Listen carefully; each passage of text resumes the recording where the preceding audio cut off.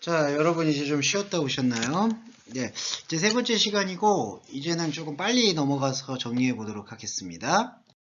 아까 한국의 두 번째 시간에 한국의 전통적인 집, 코리아 트레디셔널 하우스 말씀드렸죠? 코리아 트레디셔널 하우스의 중요한 특징은 거의 집 뒤에 산이 있고요, 마운틴이 있고, 그 다음에 그 입구 대문은 주로 사우스 아레아 남쪽을 향하게 되어 있습니다. 그리고 한국의 이제 포 시즌의 특성을 고려해서 여름에는 바람이 다 막히지 않고 불 수 있는 대청마루, 큰 마루가 존재하고, 겨울에는 방바닥이 따뜻할 수 있도록 이제 돌로 만든 난방 바닥, 온돌이 있었다. 이게 이제 한옥의 특징이에요.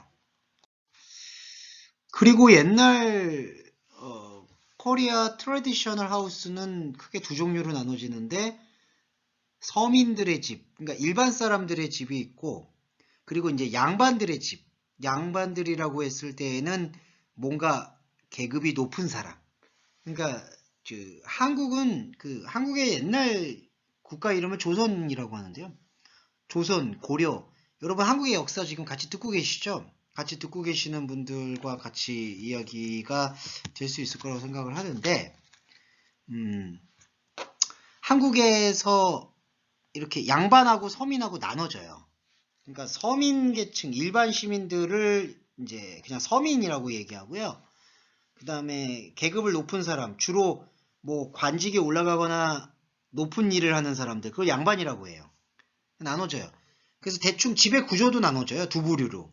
서민들은 초가집, 그러니까 지붕, 이게 탑이라고 하죠. 지붕에 이렇게 그 농사짓고 남은 거 추수를 한 볏집을 얹어요.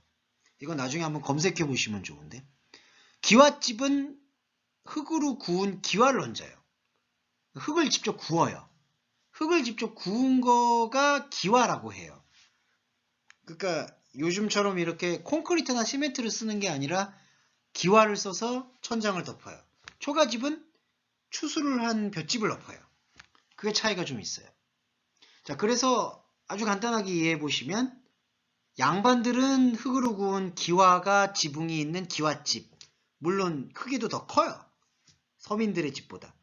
그리고 서민들의, 양반이 아닌 서민들은 추수를 한 어떤 볏집으로 그 천장을 만든 초가집.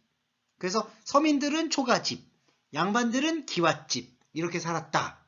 코리아 트래디셔널 하우스의 투 타입에 대해 말씀을 드렸어요. 자, 한옥마을 여러분 가보실 때 저기 전주라는 곳이 있어요. 전라북도, 한국에 전라북도에 전주 한옥마을 있고, 이거 한번 견학을 참 갔으면 좋겠는데, 서울에 지금 우리 삼육대학교도 인서울이에요. 서울인데 서울에 북촌이라는 곳과 남산에 북촌 한옥마을, 남사골 한옥마을이 있어요. 그래서 이게 이제 그 가을 학기 때, 가을 때 그 축제를 하는데, 그때 한번 다 같이 견학해 보는 거 좋을 것 같아요. 예. 이걸로 옛날 코리안 트래디셔널 하우스 조금 살펴봤습니다. 자, 그리고 이제 옷 좀 알아볼까요? 옷은 현대 와서는 완전히 다 차이가 없어졌죠. 옷은. 그런데 모두가 이런 트래디셔널 클로스가 있어요. 트래디셔널 패션, 전통 의상이 있어요. 저는 궁금해요. 그 베트남 유학생분들의 그 전통 의상이 뭘까? 그러니까 옛날 옷, 조상들의 옷, 그 옷이 뭘까? 중국의 전통 의상은 뭘까? 이제 그런 궁금증이 항상 있죠. 그래서 항상 궁금해지는 것 같아요. 자, 근데 한국도 옛날 옷이 있어요. 꼭 그걸 옛날 옷이라고 해서 뭐 시대가 지나갔다 이런 건 아닌데, 요즘도 많이 입어요. 여러분 그 경복궁에 나가면 한복 체험 행사 같은 거 아르바이트 하시는 분도 있고 뭐 일하는 분도 있고 이런데, 한국 행사 같은 거 하는 경우가 있습니다. 그럴 때 한복 체험 행사가 있어요. 한복을 직접 읽어봐. 한복, 여러분, 이게 바로 코리아 트래디셔널 패션이에요. 한복이 이제 한국에서 트래디셔널 패션으로 알려져 있다. 그래서 남자와 여자가 달라지는데, 둘 다 저고리는 있어. 남자와 여자와 다르게. 이거는 나중에 제가 화면으로 좀 보여드릴게요. 그 사진, 픽처나 뭐 비주얼로 좀 보여드릴 텐데, 여러분들이 먼저 구글에 한복 검색해 보시면 아니면 혹시 뭐 한복 체험 행사 이미 다녀오신 분도 계실지 모르겠는데 있어요. 그래서 남자는 바지와 저고리, 여자는 치마와 저고리. 그런데 이제 외출할 때, 밖에 나갈 때는 남자는 여기다가 이제 두루마리를 걸쳐요. 이거 예뻐요. 두루마리가 되게 이제 색깔이 되게 단아하고 이렇게 멋있어요. 장옷. 그렇게 이렇게 머리, 발끝까지 이게 코트 같은 거거든요. 두루마리나 장옷이 모두 코트 같은 것도 이렇게 몸을 이렇게 두르는 거예요. 외출할 때 이렇게 입었었어요. 그리고 이제 발에다가 뭘 신냐면요. 그 버선을 신어요. 이게 양말 같은 거예요. 삭스인데, 삭스 개념인데 버선. 그러니까 상당히 이제 발을 보호해 주면서도 하얀색으로 어떤 그 백색 이미지, 순결한 이미지를 좀 강조해요. 그래서 단아한 아름다움이 많아서 저기 이제 세계적으로도 이거를 많이 입고 체험하는 행사들 많이 해요. 여러분 BTS도 이 한복 입고 이렇게 한복 행사를 많이 하긴 했어요. 그래서 이게 조금 이게 순백색의 순결함 그리고 이렇게 단아함 이런 아름다움을 많이 강조하고 있다. 이게 한옥의 특징이네요. 그리고 평상복 같은 거는 재료가 있어요. 여름에는 그러니까 한국의 전통적인 옷 중에 평상복에는 재료가 다양한데 대표적으로 여름 때는 그 삼배와 모시로 옷을 만들어요. 그리고 겨울에는 추울 때는 비단과 솜으로 옷을 만들어요. 중국에서 그 옷의 소재로 비단 많이 쓰이죠. 한국도 마찬가지예요. 옛날에 한복 입을 때 비단을 많이 썼죠. 그 솜은 겨울에 왜 많이 쓰죠? 보온 효과 때문에. 춥지 않으라고. 근데 여름은 반대죠. 삼배와 못이라는 거는 여러분 구글로 한번 검색을 해보시면 이게 옷감의 종류인데 통풍이 잘 돼요. 그러니까 바람이 잘 불어. 여러분 바람이 막히면 덥죠. 그럼 땀나죠. 미치겠죠. 막 이렇게 땀나고 힘들어. 막 더워. 근데 그래서 여름 때는 최대한 바람이 많이 통하는 옷을 입어야 되잖아요. 삼배와 못이라는 옷감이 바람이 잘 통해요. 아주 탁월해요. 그래서 여름에는 주로 삼배와 못이로 옷을 지어 입죠. 그리고 겨울에는 비단과 솜으로 옷을 만들어요. 그러니까 이게 이제 따뜻하라고. 그리고 이제 전통 의상 같은 거를 언제 많이 입냐? 삼배와 모시로 이제 여름 때 입고, 그리고 전통 의상을 비단과 솜으로 지금 입는데, 그리고 한복을 여름 주로 언제 입냐? 특별한 날에 입어요. 명절이나 결혼식 그리고 돌잔치 그럴 때 입어요. 돌잔치 여러분 뭔지 아세요? 자식을 낳는데 결혼해서 자식을 낳아요. 아들이든 딸이든 애가 한 살이 됐어. 한 살이 될 때 한 살이 된 걸 기념하는 거예요. 여러분 왜 1years 한 살 됐는데 기념하죠? 뭐 아이가 태어나면 위험하잖아요. 뭐 어떤 일이 벌어질지도 모르고. 그러니까 잘 자라줬다. 그리고 앞으로도 잘 살아달라. 그런 의미로 아이의 1년 된 생일을 기념하는 게 돌잔치. 이제 그럴 때 한복 입어요. 그리고 여러분 한국 사람들 이렇게 청춘 남녀들이 이렇게 결혼을 하잖아요. 그러면 결혼할 때 웨딩 드레스나 턱시도, 그건 서양 옷인데 턱시도도 입어요. 근데 메인 예식 때는 턱시도 양복이나 웨딩 드레스 여성이 입는데 그 메인 행사 끝나고 나면은 메인 이벤트 끝나고 나면은 그리고 이제 나중에 그 잔치가 있거든요. 식사 잔치. 그 사람들 오신 분들 축하해주는 자리 그럴 때는 한복 입어요. 그래서 한복을 특별할 때 입는다. 근데 요즘에는요. 그 일상생활에도 입기 편하라고 이제 개량된 한복, 그걸 뭐냐 이제 스타일 있는 한복, 생활 한복도 등장했어요. 이런 게 바로 이제 한국의 이해다라고 생각하시면 되겠어요. 자, 여러분 좀 이제 정리가 좀 되시죠? 한국에 대한 이해, 뭐 대표적인 거. 그걸 간단히 나중에 정리해서 이 클래스에다가 제가 공지 올릴게요. 레포트로 간단하게 적어주시면 됩니다. 자, 대표적 명절도 알아볼게요. 한국에도 명절 알아볼게요. 여러분 태양력으로 1월 1일, 태양력이 1월 1일이 아니죠? 이거 한국 날짜로 음력이라고 해요. 한국 날짜를. 한국 날짜 1월 1일 날 설날이에요. 그래서 한국에 또 이게 좀 달라요. 우리가 그 1월 1일 되면은 이렇게 그 새롭게 해피 뉴 이어 하잖아요. 근데 그게 이제 서양 달력이잖아요. 서양 그걸 태양력이라고 하는데, 한국에는 음력으로, 그러니까 한국의 역사로 1월 1일이 좀 따로 있어요. 그래서 음력 1월 1일. 그래서 이게 매년마다 조금씩 달라. 그러니까 2월 초가 되기도 하고 2월 중순이 되기도 하고 아니면 1월 말이 되기도 하고 매년마다 조금씩 다른데, 아무튼 한국의 이제 한 해를 시작하는 날, 첫날, 음력 1월 1일 설날. 설날 때는 뭐냐 하면 차례를 지내요, 주로. 조상한테 잘 이제 한 해 또 돌봐달라, 그렇게 하는 게 차례예요. 차례가 제사라는 뜻입니다. 근데 원래 제사는 밤에 지내는데, 이 차례라는 거는 해가 떠서 한 해 잘 살게 해주세요라고 해서 아침에 지내요. 그리고 또 설날에는, 한국의 명절 중에 설날에는 뭐가 있냐면은 세배라는 게 있어요. 세배가 뭐냐? 이렇게 아버지 어머니한테 큰 절을 해. 절 알죠, 여러분? 이렇게 엎드려서 절하는 거. 크게 인사하는 거예요. 그러면 어른들이 자기 아들이나 자식들한테 이렇게 막 좋은 얘기 해주면서 돈을 줘요. 그걸 여러분 세뱃돈입니다. 그래서 우리 한국에서는 어렸을 때 그렇게 세뱃돈을 받아서 용돈을 쓰기도 했어요. 그 세뱃돈이 되게 많이 줘.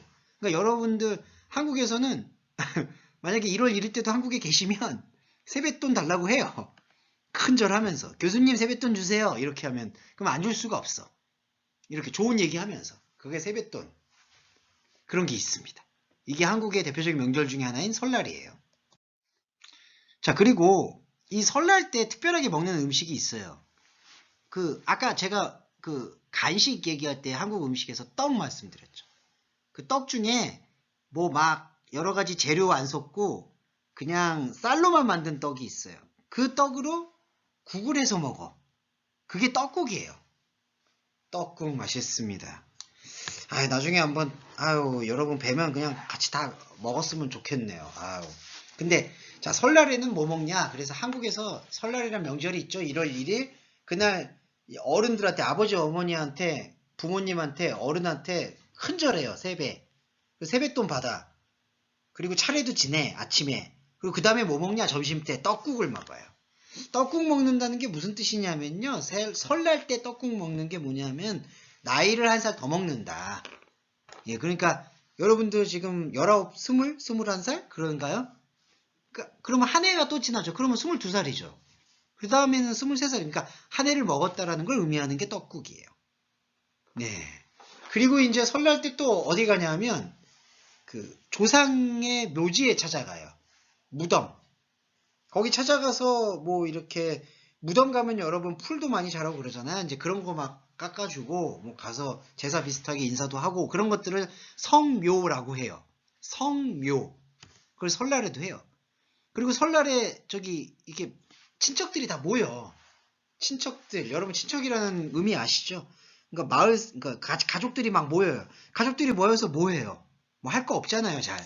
집안에 맹숭맹숭 가만히 있으면 이상하잖아. 그러니까 모여서 떡국 먹고, 그리고 세배도 하고 세뱃돈 받고, 그리고 하는 일들이 뭐냐? 놀이가 있는데 뭐 제기차기, 연날리기, 윷놀이. 여러분 이거 구글로 검색해 보세요. 윷놀이, 연날리기, 제기차기.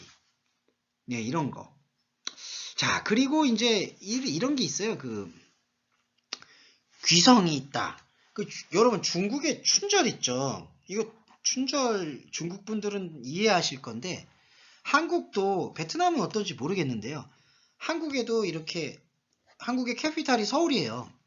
사람들이 서울이 아닌 곳을 로컬이라고 많이 얘기해요. 지방이라고 얘기하는데 꼭 서울만 그런 건 아니에요. 서울과 비슷한 규모의 도시들이 뭐 인천, 대구, 부산, 광주 이렇게도 많아요. 그러니까 이게 도시로 지방, 칸츄리, 지방에 살고 있던 사람들이 도시로 와서 이제 살아요. 그러니까 주로 아버님, 어머님들은 농사 지으시느라고 지방에 있고, 자식들은 다른 일을 하느라고 서울이나 이런 곳으로 와요. 그랬다가 설날이 되면은 어떤 일이 있어요? 이제 부모님 만나러 와야 되잖아요. 고향이죠, 고향. 그러니까 고향을 왔다가, 그랬다가 다시 돌아가요. 한국에는 설날 명절이 연휴인데, 연휴가 3, 4일 정도 돼요. 최대 보면은 일주일 되기도 하고요. 근데 고향 왔다가 뭐 차례 지내고 떡국 먹고 뭐하고 하다가 돌아가요. 근데 이게 사람들이 되게 많잖아요. 돌아가는 사람들이. 그러니까 고향 왔다가 돌아가는 사람. 그걸 바로 귀성이라고 해요. 그래서 이렇게 귀성이라는 거를 귀성 전쟁이라고 말할 정도로 교통이 되게 혼잡해요. 막 고속도로, 도로가 막 막혀. 왜냐하면 많은 사람들이 부모님 만나려고 시골로 왔다가 명절 때 다시 돌아가니까. 그러니까 사람들이 한꺼번에 돌아가니까, 한꺼번에 왔다가 한꺼번에 돌아가니까 차가 막히죠. 그래서 그걸 귀성 전쟁이라고 얘기해요. 자, 그런 게 설날의 주요 어떤 명절의 풍경이다라고 생각하시면 되겠네요. 그리고 한국 사회를 이해할 때 명절이 있는데 요거 이야기 드릴게요. 여기 지금 텍스트에 보시면은 그 네 번째 줄에 요거에 나와요. 명절 증후군. 이거는 뭐 영어로 말씀드리면 명절 트라우마? 뭐 이렇게 되겠네요. 트라우마가 왜 남을까? 명절인데 그 가족이 같이 모이잖아요. 근데 가족이 모이면 안타깝게도 주로 여성들이 일을 많이 해. 그러니까 그 어머니나 그리고 아들의 아내가 뭐예요? 그 한글로 며느리라고 하는데 그게 와서 며느리들이 와서 이렇게 아들 집에 오는 거죠. 아들 아버지 그러니까 남편의 부모님 댁 그거를 이제 또 한글로 촌수를 뭐라고 표현하면 시아버지 시어머니 이렇게 말해요. 시아버지 시어머니 댁에 찾아가요. 가서 이렇게 음식도 맨날 만들어야 되는 거야. 그러니까 너무 힘들어. 그리고 남편은 안 도와주네. 그리고 또 이런 것도 있어요. 고향을 가는데 자 부부가 부모님을 찾아서 고향을 가는데 여러분 부부면 아버지 부모님 있고 어머니 아내 부모님 있죠. 남편 부모 있고 아내 부모 따로 있죠. 이런 걸로도 싸워요. 아내 부모님 집에 먼저 가냐 남편 부모님 집에 먼저 가냐 그런 걸로도 싸운다. 참 안타깝죠. 근데 이런 게 최근에는 많이 바뀌었는데요. 예전에는 주로 다 남편 부모님 댁에 많이 가요. 먼저. 그리고 그 다음에 시간 남으면 이제 어머니, 아내 부모님 댁도 찾아가고. 그러니까 이런 걸로 이제 감정이 충돌을 일어나거나 스트레스가 쌓여요. 그래서 그런 스트레스가 명절을 지나고 나서 폭발하는 거를 명절 증후군 트라우마라고 얘기해요. 자, 이런 게 없으려면은 뭐가 있어야 될까요? 평소에 가족끼리 충분한 대화가 필요한 거죠. 그러니까 남편은 아내의 마음을 이해하고 아내는 남편 마음을 이해하고 가족은 가족의 마음을 전체적으로 이해해주고 이거를 배려라고 얘기하는데 다른 사람을 먼저 더 위해주는 마음 그런 것들이 이 명절 트라우마를 극복하게 해주는 중요한 키워드가 된다. 이렇게 생각하면 되겠습니다. 자, 명절 중에 1월 1일 설날이 있었죠. 한국의 명절 중에 또 큰 명절은 추석이에요. 추석, 여러분. 추석은 음력 8월 15일. 그래서 이 추석의 다른 말이요. 이 추석은 한자고 순수 한국말로 한가위라고 해요. 한가위. 이날을 왜 이제 명절이냐? 아까도 농사 얘기했잖아요. 추수하는 거예요. 추수 다 끝난 날 거의. 그러니까 1년 농사를 다 끝낸 날. 1년 농사 끝내고 이렇게 1년 농사 끝내면 이렇게 막 그 식량이 막 쌓여 있겠죠. 그래서 이거 되게 가장 어떻게 배부른 날이에요. 그러니까 이 시기가 가장 뭔가 배부른 날. 그래서 이런 속담이 있어요. 더도 말고 덜도 말고 한가위만 같아라. 네. 이때도 그리고 추석 때 제사를 지내요. 차례. 그걸 차례라고 해요. 여러분, 그러니까 명절 때 드리는 제사를 차례라고 보시면 돼요. 이때는 이제 한 해 수확한 농사 있잖아요. 그때 곡식 있고 과일. 근데 이거를 이렇게 막 수확한 거, 그러니까 아주 처음으로 수확한 거, 처음으로 추수한 거를 뭐라고 표현하냐면은 이 한글인데요. 순우리말, 한글말인데 햇 곡식, 햇 과일이라고 얘기해요. 그러니까 추석 때 제사를 지내는데 여러분 제사 차례 지낼 때 그 상 위에다가 음식물 올려놓잖아요. 그럴 때 추석에는 어떤 걸로 음식물을 올려놓냐? 햇 곡식, 햇 과일로 차례를 지낸다. 이렇게 보시면 됩니다. 그러니까 한 해 농사 잘 지어주게 해주셔서 조상한테 감사하는 마음을 표현하는 거예요. 이게 추석 명절이에요. 자, 추석에는 뭘 먹을까요? 송편을 먹습니다. 자, 송편도 떡이에요. 떡 종류인데, 자, 설날 때는 떡국을 먹었어요. 그러니까 쌀로 만든 떡으로 국을 끓여서 먹었어요. 근데 추석은 그거 좀 달라요. 그 떡이 재료, 원재료인데 떡 안에다가 팥을 집어넣거나 깨를 집어넣어요. 깨라는 게 이제 아실지 모르겠는데 아마 검색해 보세요. 되게 달아요. 되게 아주 so sweet. 그리고 이 달다는 게 갑자기 제가 영어가 생각이 안 나네. 네, 되게 달아요. 깨, 팥. 그러니까 쌀 재료인 떡을 이렇게 빚어서 이렇게 모양을 이렇게 손으로 막 빚어요. 도자기처럼. 그리고 그 안에다가 팥이나 뭐 깨 같은 내용물을 넣어서 만든 떡이에요. 근데 이 송편, 그러니까 이게 송편이라는 게 떡인데 이게 뭔가 모양을 빚잖아요. 이렇게. 그러니까 모양을 빚자 보니까 예쁘게 이렇게 빚는 사람들이 이게 막 인정받아요. 왜냐하면 송편을 예쁘게 빚잖아. 그러면은 예쁜 딸, 예쁜 아들, 그러니까 낳는다 뭐 이러는 거죠. 그러니까 추석 때도 이러니까 이렇게 사람들이 아까 귀성 전쟁 얘기한 것처럼 뭐 이렇게 찾아가요. 가서 부모님 찾아가서 얘기하면 부모님들이 이제 만약에 자기 아들이 결혼했잖아요. 그러면은 그 결혼한 아내 며느리한테 송편 예쁘게 빚어서 예쁜 딸 낳아라 뭐 이렇게 얘기해요. 예쁜 딸 아니면 예쁜 아들. 예쁜 아들은 좀 이상하죠. 잘생긴 아들, handsome man, 잘생긴 아들을 낳아라 뭐 이렇게 얘기합니다. 그리고 추석 때 강강술래 놀이라는 게 있어요. 이 강강술래 놀이도 여러분 얼굴 보게 되는 오프라인 수업 때 제가 꼭 소개해 드리겠습니다. 강강술래는 그 유네스코가 문화재 지정하는 곳인 거 아시죠? 2009년 9월에 2009년 9월입니다. 유네스코 인류 구정 및 무형유산으로 선정됐어요. 강강술래. 그래서 나중에 이 한국의 놀이 중에 강강술래는 한번 지켜보시면 좋아요. 자, 그리고 이제 좀 몇 가지 명절이 더 있는데 요거 조금만 설명드릴게요. 그 한국의 대표적인 명절이 이제 1월 1일의 설날, 8월 15일 추석 있었죠. 자, 두 가지 의미는 다 뭐였죠? 설날 1월 1일은 한 해의 시작을 기념하는 명절이죠. 8월 15일 추석, 한가위는 뭐였죠? 한 해 농사를 다 끝내고 추수를 마무리하는 명절이에요. 그래서 대표적인 명절이 이 두 개예요. 이때 먹는 음식은 떡국 아니면 송편 그랬어요.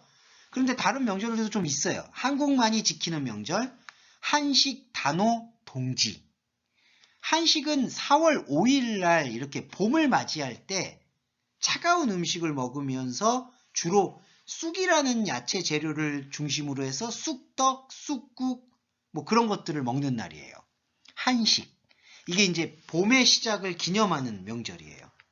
그 단오는 5월 5일인데 이 단오에 여러 가지 유래가 있지만 어떤 그 의식적인 행사들이 많이 벌어지는 날이에요. 그래서 단오가 5월 5일이에요.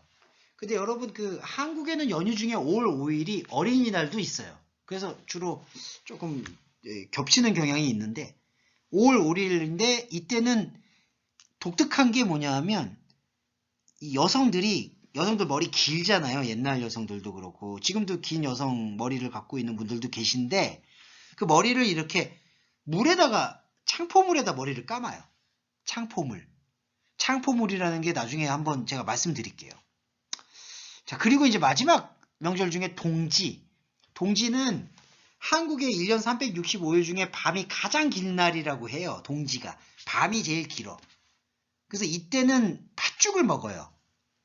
팥죽이라는 거 여러분 또 좋아하실지 모르겠는데 팥으로 만든 스프예요. 근데 이걸 왜 먹냐? 이건 약간 샤머니즘적인 건데 한 해의 나쁜 기운을 몰아내기 위해서 팥죽을 먹는다 이렇게 표현을 합니다.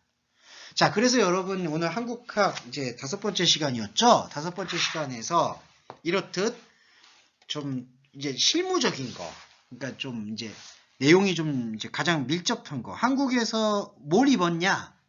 한국의 진짜 트레디셔널 하우스는 뭐였냐? 그리고 한국의 음식은 뭐였냐? 코리아 푸드, 코리아 트레디셔널 하우스, 코리아 트레디셔널 패션, 그리고 마지막으로 한국의 명절. 이렇게 살펴봤어요. 간단한 레포트는 여러분 이 클래스에 제가 그 공지사항 아시죠? 그 공지사항에다가 올려놓을게요. 그걸 확인해 보시면 되겠습니다. 자, 오늘 강의 여기서 마무리할게요. 수고하셨습니다.